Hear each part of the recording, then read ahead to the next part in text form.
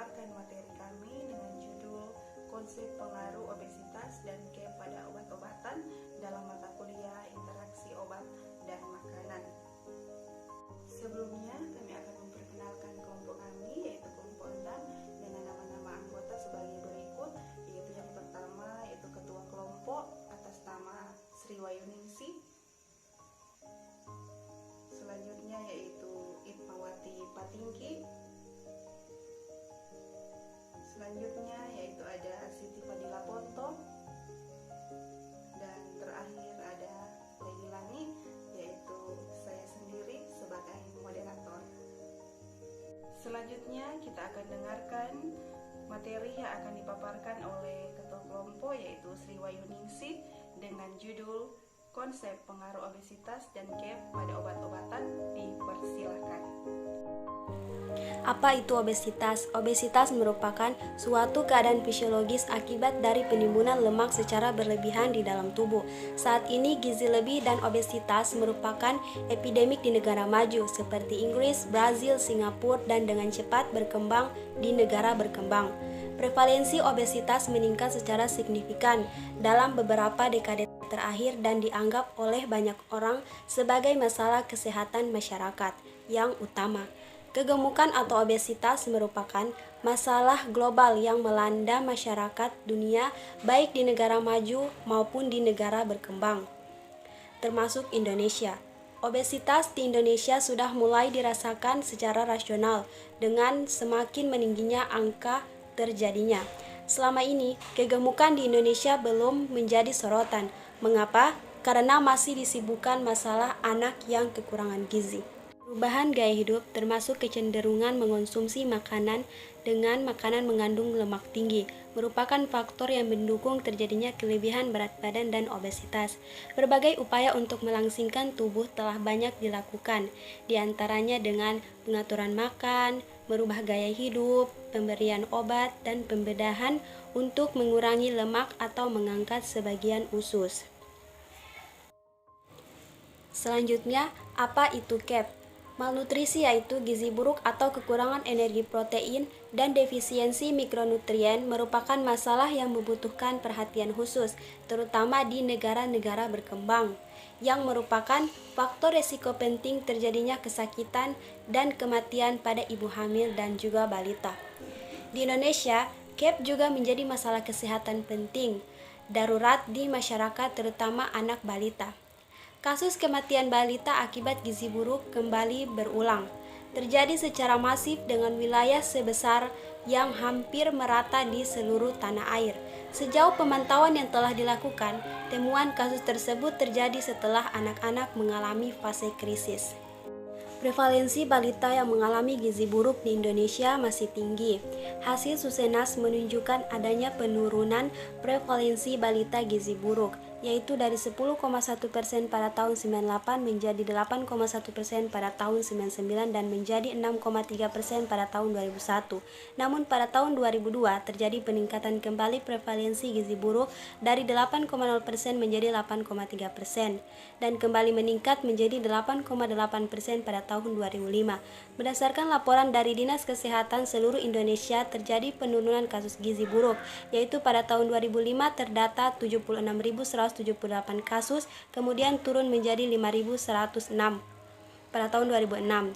Kasus pada tahun 2007. Penurunan kasus gizi buruk ini belum dapat dipastikan karena penurunan kasus yang terjadi kemungkinan juga disebabkan oleh adanya kasus yang tidak terlaporkan.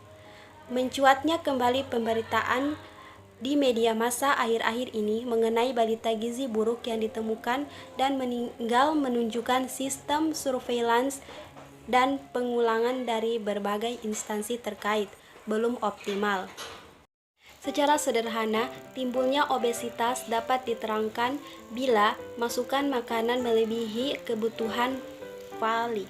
Seperti diketahui, bahan-bahan yang terkandung dalam makanan sehari-hari akan menjadi penyusun tubuh setelah melalui berbagai proses dengan mekanisme pengaturan sebagai berikut. Yang pertama, penyerapan dalam saluran pencernaan. Yang kedua, metabolisme dalam jaringan. Dan yang ketiga, pengeluaran oleh alat-alat ekresi. Untuk bahan makanan berupa protein, air, mineral, dan vitamin, jumlah masukan 3 kali lipat dari kebutuhan minimum, dengan mudah akan dibuang. Tetapi, untuk bahan makanan hidrat, arang, dan lemak, keadaannya jauh berbeda. Selanjutnya, materi akan dilanjutkan oleh Saudari Itmawati Patingki. Baiklah, saya akan melanjutkan materi dari Sri Wahyuningsi yang berjudul tentang konsep pengaruh GAP dan obesitas pada obat-obatan. Nah, dua obat sibutramine atau Merdia Radipril, obat ini bekerja secara sentral menekankan nafsu makan dengan mengatur ketersediaan neurotransmitter di otak, yaitu menghambat reuptake serotonin dan norepinefrin. Nah, oleh karena itu, sibutramine ini mampu menciptakan rasa kenyang sesudah makan, namun obat ini harus digunakan secara hati-hati karena dapat meningkatkan tekanan darah, menyebabkan mulut kering, kemudian konstipasi, sakit kepala, dan insomnia. Nah, mekanisme kerja obat, cara kerjanya hampir mirip seperti obat-obat golongan katekolamin dan turunannya. Ini mengingatkan pada salah satu obat yang cukup terkenal dan menghebohkan, yaitu fenipropanolamine PPA, yang juga banyak dijumpai pada komposisi obat flu. Nah, tinggi dari dosis yang dipakai untuk efek pelega hidung tersumbat. Nah, dan ternyata PPA ini meningkatkan risiko kejadian stroke hemograrik. Saat ini PPA tidak lagi dipakai sebagai obat pelangsing di sana. Dan makanan yang tidak adekuat akan menyebabkan mobilisasi berbagai cadangan makanan untuk menghasilkan kalori demi penyelamatan hidup, di mana dengan pembakaran cadangan karbohidrat, kemudian cadangan lemak serta protein dengan melalui proses katabolik. Nah, kalau terjadi stres katabolik infeksi, maka kebutuhan akan protein akan meningkat sehingga dapat menyebabkan defisiensi protein yang relatif. Kalau kondisi ini terjadi terus-menerus, maka akan menunjukkan manifestasi CAP. Assalamualaikum warahmatullahi wabarakatuh. Baik, saya akan melanjutkan materi yang telah dibawakan oleh Saudari Itmawati Patingki. Efek obat terhadap CAP. Yang pertama, obat cotrimoxazole. Cotrimoxazole adalah antibiotik untuk mengobati berbagai jenis infeksi bakteri. Obat ini mampu meringankan dan mengobati infeksi saluran pernapasan, pencernaan, saluran kemih, dan berbagai jenis infeksi lainnya. Cotrimoxazole mengandung kombinasi antibiotik trimethoprim dan sulfametazole dengan perbandingan 1 bagian trimethoprim dan 5 bagian sulfametazole. Cotrimoxazole bekerja dengan cara menghambat 2 tahap sintesis asam folat dan protein yang sangat esensial untuk mikroorganisme.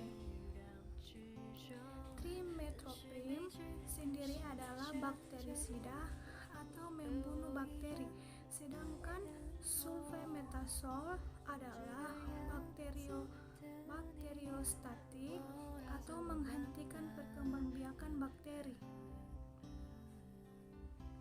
Untuk itu, kombinasi tersebut sangat efektif membunuh bakteri seperti Streptococcus sp, Staphylococcus so, dan sebagainya.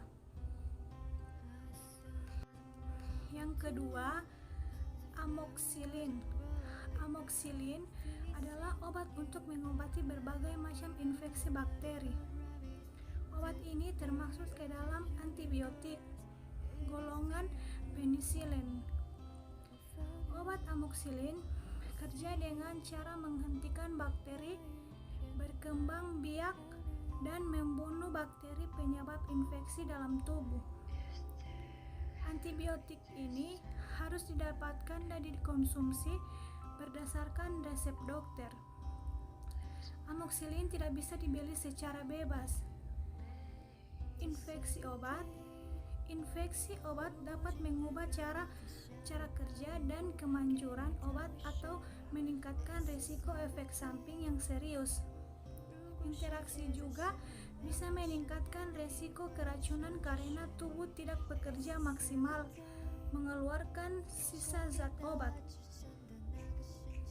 Amoxicillin dapat memengaruhi hasil tes diagnostik tertentu, seperti tes glukosa urin yang mengarah pada hasil positif palsu.